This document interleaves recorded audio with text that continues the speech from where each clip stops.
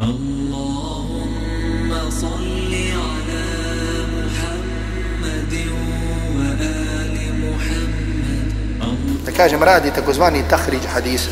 Znači kad hoćemo, znači prvo kako bi dali ocjenu na neki hadis, znači prvo mora da se uradi detaljan tahriđ hadisa. Što znači tahriđ hadisa? Znači da spomenemo sve koji prenose taj hadis. Da vidimo ko je sve zabilježio taj hadis. I onda najlakše, da kažemo tu do poređenja napravi se, da kažemo kada napravimo, da kažem bukvalno kao jednu tabelu. Nego ovo grananje hadisa je jedan od dokaza poslanstva, to jest od dokaza od istinitosti islama. Jer mi sada kada bi rekli, hipotetički, na primjer da je ovaj hadis lažan. I da su se svi ti prenosioci složili da slažu. Međutim, mi kad uzmemo jedan hadis, kada napravimo svo to grananje hadisa, jer sve što idemo da kažem, ako je gore, znači da kažemo gore, znači spomenemo poslanika, sallallahu alejhi ve sellem, pa spomenemo ispod ashaba i da spomenemo, znači grananje prema dole. Isto oko loza, znači čovjeka kad ide. Sve što spomenemo, znači sve što idemo dole, ono se sve više grana, jel tako?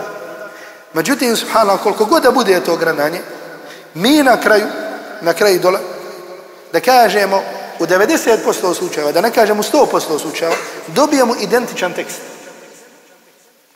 Znači, tamo kad uzmemo hadis, na primjer, koji zabilježi imam Buhari, pa ga poredimo, pa uzmemo hadis koji zabilježi imam Muslim, isti taj hadis.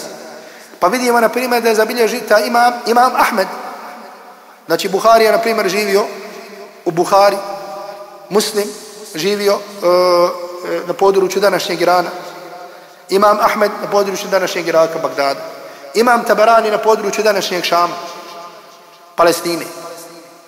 Znači uzmemo hadis koji prenose svi sa svim različitim putima, znači razgranamo, znači na kraju dobijemo isti tekst. Znači možemo mi, na primjer, kazati, na primjer, ovo da se 10 ljudi slože i dogovore namjerno da će nešto slagati. Međutim, da se 100 ljudi na različitim geografskim područjima, znači to je da kažemo nemoguće, znači da kažemo nemoguće sa strane razuma. I odmah da znate, znači da niko, znači zašto znači učenjaci hadisa imaju tolike, znači zašto dolazi vrijednost učenjaka hadisa, znači upravo rad toga.